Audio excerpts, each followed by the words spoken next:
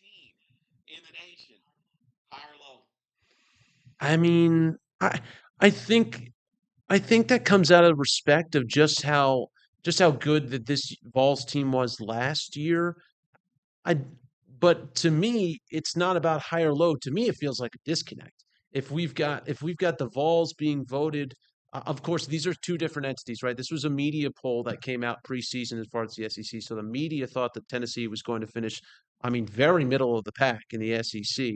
But we got the coaches thinking that they might be the 18th best team on paper coming into this season. It feels a big disconnect for me. I think at the end of the day, it really comes down to what they're going to get out of the quarterback play in 2025. I think their entire offensive identity right now is kind of just one big question mark. It's the fact that, your running back, your top three receivers last season, they're gone. You've got, I think it's 39% of their offense from last season's playoff team returning. And it's the uncertainty. So, like you said, Nick, the fact that they did so well last season, I'm sure that's influencing their present day ranking. But to me, it kind of feels appropriate, if not maybe just a smidge high. The other teams in front of them, SEC Texas leads the way. I mean, big surprise. You got Manning finally in this year.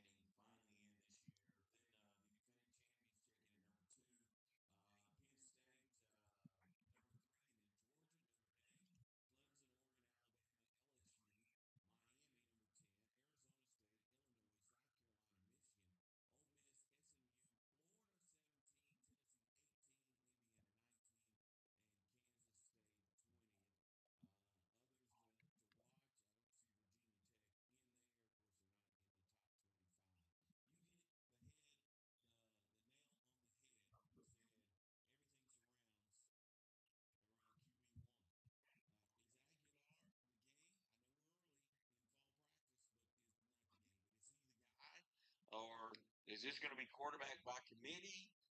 Is there an over or under? How long he keeps the job? I mean, where are we going with this? I think to go out and to have made a move as quickly as they did to get a guy like Aguilar makes me think that Josh Heupel is going to start him as the guy week one. Now, whether he keeps that job going forward will obviously depend on his play, I think, because to ride Aguilar all the way if he's not giving you exactly what you thought you were going to get. Now, certainly there's a grace period. Obviously, this is a guy that's played Division One football, but we're talking about maybe a slight step up here when we're going to the SEC from Appalachian State. But for him to not start as the guy would be surprising to me. Now, if he goes into week 4, 5, 6, and they're still not seeing what they're hoping to see from him, I mean, you've got two 5-star guys that are waiting behind that are surely biding their time that feels like could get a shot if things don't go the way that they hope here in the first, say, six weeks.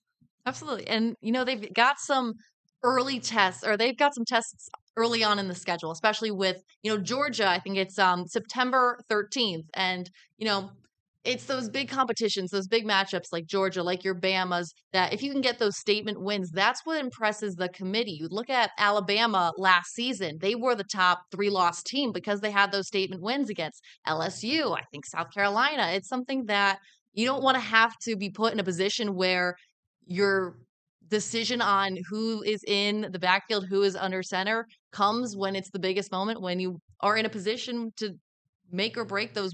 You need those wins, but it's just the way the cards are falling right now.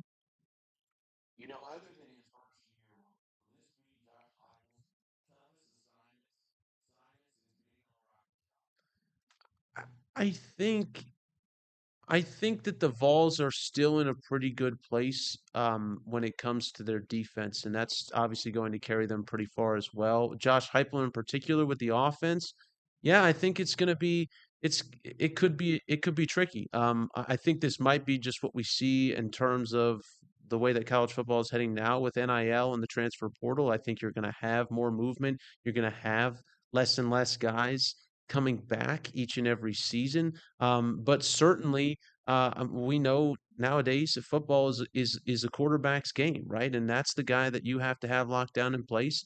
And right now, I think that they hope they have a guy, whether it's Aguilar, I'm sure they hope it's him. If it's not, McIntyre, a couple of these guys behind him, I'm sure they're hoping those guys can be the guy. But I'm sure there's maybe some feeling of unease knowing that it's not necessarily going to be someone like a lot of Vols fans thought, like Nico, who was supposed to be here, who had done this before, who had played in a college football playoff game last year, who has that experience at the upper echelons of the league. Well, you don't have a guy like that right now, and that's just the way that it is to start the season. Absolutely. Go ahead.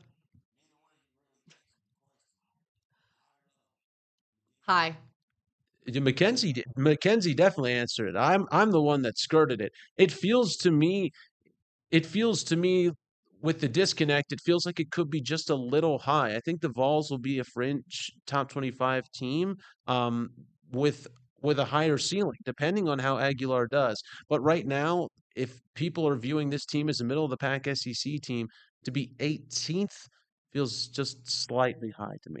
And you know what scares me is the fact that, you know, season opener against Syracuse in Atlanta, that doesn't feel like a gimme yet. And it kind of it needs to. And if you want to consider yourself to be a program of this caliber right now and claim yourself as an 18th, if not better, team in the nation, you have to look at these matchups like they're just going to be clockwork.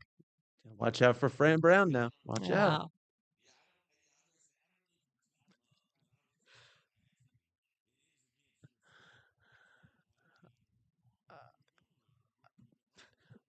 Well, it's really interesting actually because I've been talking just to some people about this game, and to me, maybe I'm still in the mindset of Cuse ascending here, where the Vols have already arrived in the last couple of seasons. This feels like it should be a Vols win, particularly in the Southeast. I think that they're going to have a big advantage in fan base inside Mercedes-Benz Dome. But I've talked to some people that said they think that this game could maybe be some Vols fans that are a little worried. It could be closer than they think. I'm still taking Tennessee in that game.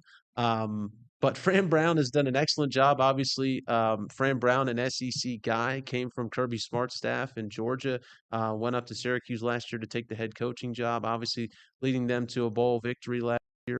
Um, we'll see. We'll see. I think it could be a competitive game, but I'm picking the Vols in week one.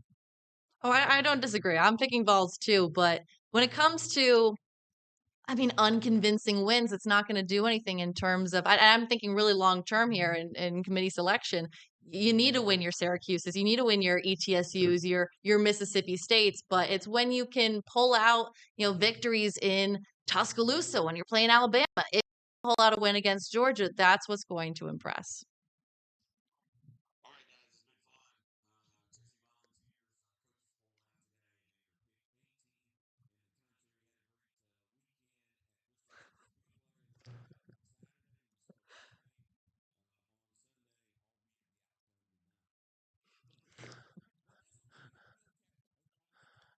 Yeah.